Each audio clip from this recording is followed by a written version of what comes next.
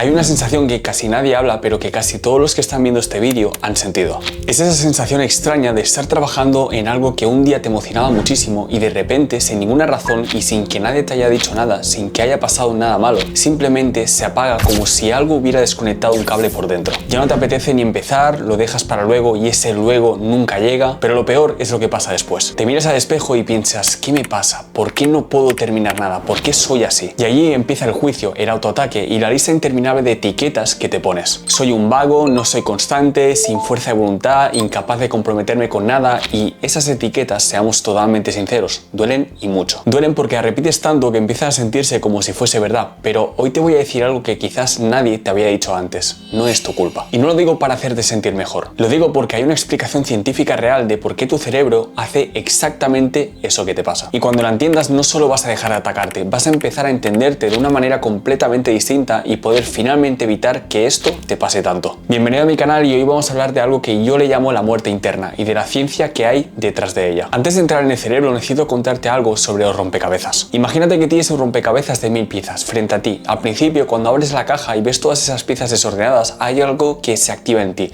una especie de energía, un vamos a ver si puedo. Empiezas a organizar, a encontrar las esquinas, buscas patrones y cada vez que encajas una pieza en el lugar correcto sientes algo, un pequeño clic interno, una especie de pequeña satisfacción. Eso al final pues te mantiene en el juego. Pasan los días, el rompecabezas se va tomando forma y ya puedes ver la imagen completa, ya sabes más o menos dónde va cada cosa.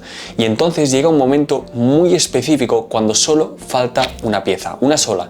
La imagen es prácticamente casi completa. Lo normal sería pensar lo siguiente, este es el mejor momento, ya casi terminas. Pero fíjate que algo raro pasa, miras la última pieza y en vez de emoción sientes como un vacío extraño, como si el juego hubiera ya terminado antes de que lo termines oficialmente. Y en ese momento, en vez de poner la última pieza, tu mente empieza a mirar hacia otro lado, buscando otro rompecabezas, pensando qué más podría hacer, diciéndote a ti mismo de qué sirve poner esa última pieza si ya sé cómo termina eso. Eso no es que sea raro, eso es tu cerebro funcionando exactamente como fue diseñado para funcionar. Y para entenderlo necesitamos hablar de la sustancia más famosa que todos conocemos, la dopamina, y seguramente la has escuchado 1000 veces. La hormona del placer, la sustancia del bienestar, lo que hace que te sientas bien. Y sí, tiene que ver con todo eso, pero esa definición está incompleta, tan incompleta que nos lleva a conclusiones equivocadas sobre nosotros mismos. La dopamina no es la hormona del placer, la dopamina es la hormona de la anticipación, del deseo, de la búsqueda. La dopamina no se activa cuando obtienes algo, la dopamina se activa cuando el cerebro cree que vas a obtener algo que no tiene todavía. Hay un experimento que me encanta, que es muy clásico, que lo demuestra de manera brutal. En la década de los 90, el neurocientífico Wolfram estaba estudiando el comportamiento de las neuronas dopaminérgicas en monos. Lo que descubrió cambió para siempre la manera en la que entendemos esta sustancia. Cuando a los monos le daban zumo de manzana, inesperadamente sus neuronas dopaminérgicas se disparaban mucho. Bien, eso era lo esperado, placer igual a dopamina, pero entonces hizo algo diferente. Empezó a añadir una señal antes del juego, una luz, por ejemplo. Primero la luz, luego el zumo, y lo que pasó fue alucinante.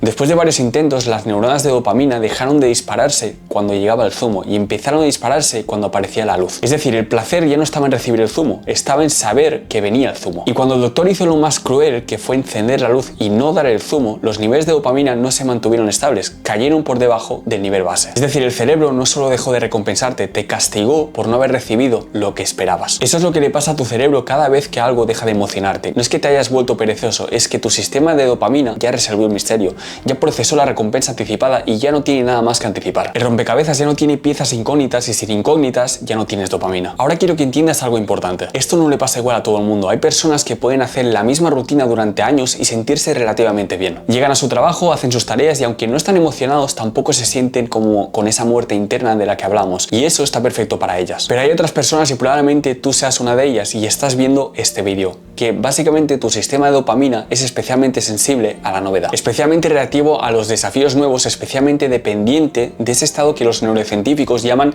incertidumbre de recompensa. Estas personas cuando aprenden algo nuevo, cuando descubren un tema que no conocían, cuando se enfrentan a un problema que nunca habían resuelto antes, experimentan niveles de activación dopaminérgica que son intensos de verdad. Es como un fuego brillante, caliente, que los consume de una manera en la que casi nadie más entiende. Pero ese mismo fuego, por su propia naturaleza, necesita combustible nuevo constante, y cuando el combustible se acaba, cuando el tema ya no tiene preguntas sin responder, cuando la habilidad no tiene desafíos reales, El fuego no se reduce gradualmente, se apaga de golpe, como si nunca hubiera existido. Eso precisamente es la muerte interna. Es ese momento en el que miras algo que hacía 3 meses te hacía una ilusión enorme y ahora sientes nada, un vacío que da miedo porque no entiendes de dónde vino. Y aquí es donde entra la parte en la que más duele, porque cuando eso pasa, cuando ese fuego se apaga, el mundo a tu alrededor no entiende lo que está pasando. Empiezan los comentarios como: ahora ya cambiaste de proyecto, pensé que ibas a ser chef y ahora pues estás estudiando programación, nunca terminas nada, no tienes disciplina, siempre haces cosas y nunca terminas nada. Y lo peor es que tú mismo empiezas a creértelo, porque si solo te lo dice una persona, lo puedes ignorar. Pero cuando lo escuchas varias veces, cuando lo ves confirmado en el patrón de cosas que empiezas y no terminas, cuando lo sientes como con una sombra, como si tuvieras una sombra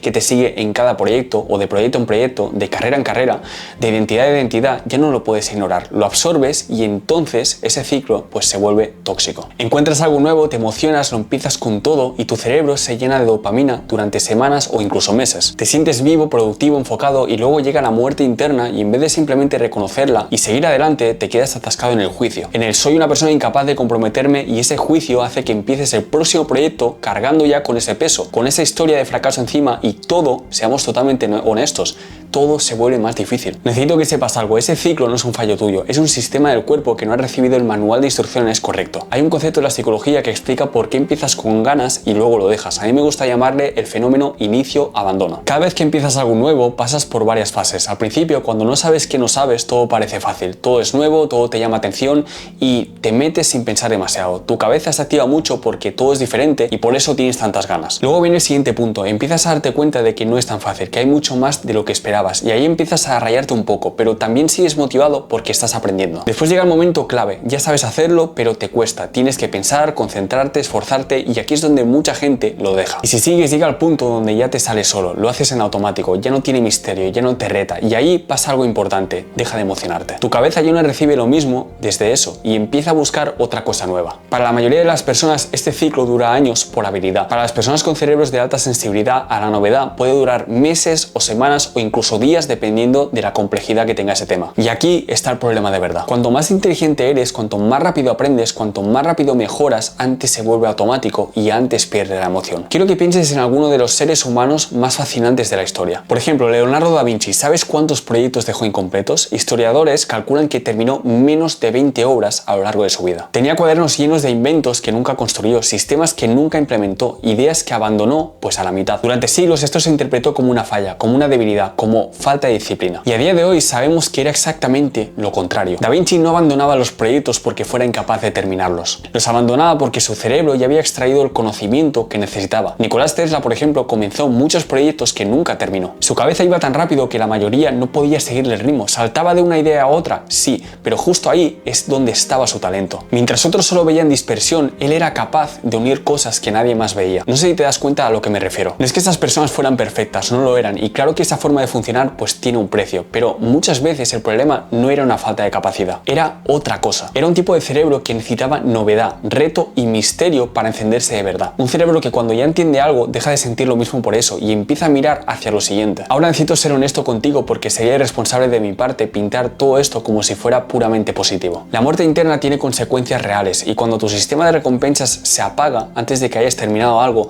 hay cosas que se quedan sin hacer. Hay relaciones que se complican porque las personas no entienden tus cambios de dirección. Hay proyectos que nunca llegan a su máximo potencial porque los abandonas en el 90% del camino. Hay carreras que no se desarrollan de la manera más efectiva. Hay una sensación constante de fragmentación, de ser muchas personas distintas sin ser una identidad clara, y eso duele. Yo quiero minimizarlo, pero también quiero que veas la otra cara, porque la misma característica que te hace sentir inconsciente es la que te permite aprender cosas nuevas a una velocidad que asombra a la gente. Es la que permite conectar ideas de campos completamente distintos. Es la que te hace capaz de adaptarte cuando el mundo está cambiando. En un mundo que cambia tan rápido como el nuestro, donde la capacidad de aprender cosas nuevas constantemente es una ventaja competitiva brutal, este tipo de cerebro puede ser exactamente lo que se necesita. El problema no es el cerebro, el problema es que nadie te dio las instrucciones para usarlo correctamente. Entonces, ¿qué haces con todo esto? Lo primero, y esto es lo más importante de todo lo que voy a decirte hoy, es dejar de tratarlo como un problema que hay que solucionar. No hay nada roto en ti, tu cerebro funciona de una manera específica y al igual que tiene cosas buenas, también tiene cosas malas. Cuando entiendes eso, cuando de verdad lo integras, cambia algo fundamental. Ya no gastas energía en el juicio y toda esa energía que antes gastabas en atacarte, en preguntarte qué te pasa, en compararte con personas cuyo cerebro funciona diferente, esa energía queda disponible para otra cosa, para aprender, para explorar, para crear lo que sea. Lo segundo es aprender a distinguir entre la muerte interna real y el simple mal día. Porque no todo aburrimiento es la señal de que es hora de cambiar. A veces solo es resistencia, a veces es que estás cansado o a veces es que necesitas un descanso. La muerte interna real tiene una claridad específica, es plana, es consistente y viene acompañada de una sensación de que ya no hay preguntas sin responder en ese territorio. Cuando es eso, la pregunta no es cómo me obligo a seguir. La pregunta es, ¿tiene sentido que siga o ya he sacado lo que tenía que sacar y ahora toca pasar a lo siguiente? ¿Y cómo puedo llevar lo que he aprendido aquí a lo siguiente que haga? ¿Te das cuenta de la diferencia que hay entre las preguntas? Si no, vuelve a escucharlas otra vez. Antes de seguir, si te has visto reflejado en lo que he dicho en este vídeo, no es casualidad. Llevar tiempo dándole vueltas a todo, empezar cosas y dejarlas, sentir que podrías dar más pero no saber cómo, no es falta de disciplina, es falta de orden. Y justo por eso he creado una masterclass donde explico paso a paso cómo salir de este bucle, ordenar tu cabeza y empezar a avanzar de verdad, incluyendo ejercicios prácticos. Además, también tienes todo lo necesario para empezar un cambio físico, rutinas, ejemplos de alimentación y una estructura clara para no volver a dejarlo. Te dejo el enlace en la descripción. Bien, lo tercero, y es algo que las personas más exitosas como Da Vinci han descubierto de manera intuitiva, es diseñar tu vida de manera que siempre haya algo que esté en fase de novedad. No una sola cosa, varias cosas en paralelo en distintas fases de aprendizaje. Digamos que cuando hay una cosa que estás haciendo que poco a poco el fuego se va apagando, hay otra que en ese momento todavía está con el fuego vivo porque está en lo desconocido. Y esto no es escapismo, no es una falta de compromiso, es una estrategia de gestión energética para un tipo específico de cerebro. Hay un concepto que me encanta y quiero dejártelo como una herramienta. Se llama el proyecto de profundidad versus el proyecto de superficie. Los proyectos de superficie son los que exploras rápidamente, extraes lo que necesitas y te permites soltar cuando el fuego baja. Es como tu forma de alimentar continuamente la necesidad de novedad de tu cerebro. Los proyectos de profundidad son distintos, son esos que decides quedarte, aunque ya se te dé bien y sigues llevándolos lo más lejos posible. Y la maestría, a diferencia de la competencia, siempre tiene nuevas capas, siempre tiene nuevas preguntas y siempre tiene nuevos rompecabezas dentro del rompecabezas. Cuando me refiero a maestría, recuerda que me refiero a llegar a lo máximo posible en ese campo. La clave está en elegir bien cuáles son tus proyectos de profundidad, elegir aquellos que son lo suficientemente ricos, lo suficientemente complejos, lo suficientemente inagotables como para seguir generando incógnitas durante años. Y tener uno o dos proyectos de profundidad no significa abandonar los proyectos de superficie, significa tener una estructura, un ancla, algo que crece contigo mientras exploras libremente en todas las otras direcciones. Quiero que te quedes con algo muy específico antes de que termine el vídeo. Ese momento en realidad es una señal de que aprendiste, de que tu cerebro procesó lo que tenía que procesar. Básicamente el rompecabezas ya fue lo suficientemente resuelto para que tu cerebro siga estando allí, gastando energía. Recuerda que no es fracaso, es básicamente cerrar una etapa. No siempre se nota con un ya lo terminé, sino con esa sensación de que ya has sacado todo lo que tenías que sacar de ahí. Y no es que abandones todo lo que empiezas, es que aprendes más rápido y más profundo de lo que la mayoría está acostumbrado. Entras, entiendes, sacas lo importante y cuando ya no hay más, sigues. No es falta de disciplina, es otra forma de aprender más intensa y más directa. Créeme que esto no es un defecto, es una forma de ser. Y como toda forma de ser, tiene su propio manual de instrucciones. El trabajo ahora no es cambiarte, el trabajo ahora es aprender a usarte correctamente. Si quieres tener más claridad mental, menos preocupaciones, ser mejor versión que el año pasado, tanto mentalmente como físicamente, suscríbete, deja un like y te voy a enseñar cómo hacerlo. Gracias de todo corazón por escucharme.